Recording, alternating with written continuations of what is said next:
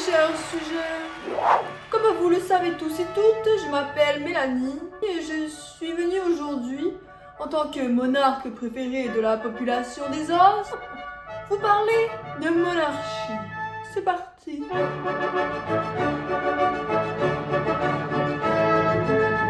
Quand je te dis monarchie, est-ce que tu penses au Moyen-Âge avec les chevaliers, les rois, les princesses, les grands buffets, les marchés du dimanche, les coffres forts, les bijoux, les diamants, les châteaux?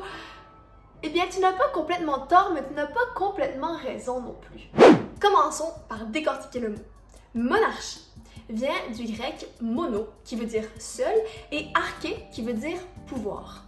Tu comprends donc qu'une monarchie est un régime politique où le pouvoir est généralement concentré entre les mains d'une seule personne, qu'on appelle un ou une monarque. Bon, il existe plusieurs sortes de monarchies, plusieurs façons de devenir monarque, et attention, un monarque n'est pas nécessairement un roi ou une reine. Regardons ça ensemble.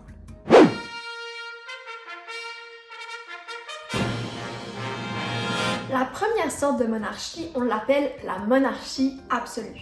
Ça, c'est quand la personne qui dirige a tous les pouvoirs. Elle fait les lois, prend les décisions, elle est en quelque sorte sacrée.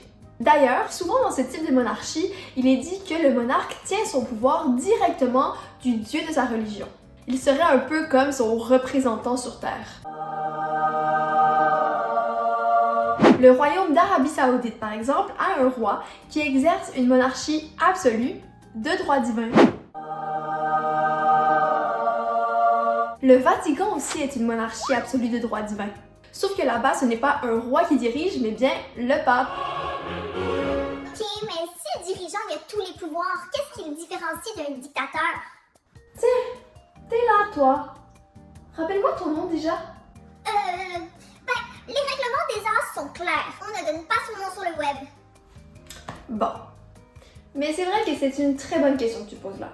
Avec une monarchie, le pouvoir se passe très souvent dans la famille. Par exemple, d'un père roi ou d'une mère reine à son fils ou à sa fille.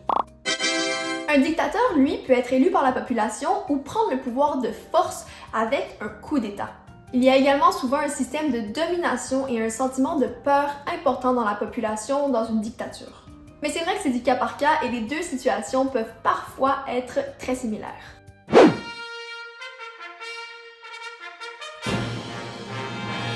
Le type de monarchie le plus commun de nos jours, c'est la monarchie constitutionnelle. Dans une monarchie constitutionnelle, le monarque est chef d'État, mais ses pouvoirs sont limités. En réalité, il gouverne pas vraiment. Le pouvoir est exercé par un gouvernement, un premier ministre et un parlement, tous élus par la population. Et tu sais, en Europe, on retrouve encore beaucoup de monarchies constitutionnelles. Par exemple, il y a la Belgique, le Danemark, l'Espagne, la Norvège, les Pays-Bas, la Suède, la principauté d'Andorre, du Liechtenstein, du Luxembourg, Monaco et bien sûr le Royaume-Uni.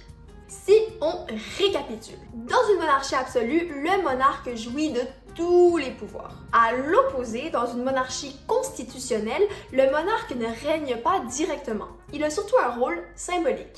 Ok, mais il sert à rien en fait. C'est plus compliqué que ça. Au Royaume-Uni, par exemple, le roi Charles III se présente aux événements importants et représente son pays à l'étranger, mais il se doit d'être politiquement neutre. Il a aussi certains pouvoirs symboliques. Et Charles III est aussi le roi du Canada, tu te rappelles? Ça, c'est parce qu'anciennement, le Canada était une colonie appartenant au Royaume-Uni. Même si nous sommes indépendants depuis 1931, nous n'avons jamais fait les démarches pour nous séparer complètement de la couronne britannique. C'est pour ça qu'on peut voir le visage de l'ancienne reine d'Angleterre sur nos billets de 20 $. Et voilà! Alors tu vois que chaque monarchie est légèrement différente. Et même si elle peut paraître parfois un peu inutile, beaucoup de gens y tiennent encore beaucoup. Les monarques et leurs familles font encore la une des journaux à potins, sont encore très populaires sur les réseaux sociaux et attirent beaucoup de touristes au pays. Certaines personnes par contre trouvent que c'est un système qui est très ancien et qui n'a plus vraiment lieu d'être aujourd'hui. Souvent, les fortunes de ces familles sont gigantesques et pourraient faire beaucoup de bien dans le monde si seulement on les sortait des coffres forts. Et toi, es-tu pour ou contre la monarchie? Dis-nous ce que t'en penses en commentaire.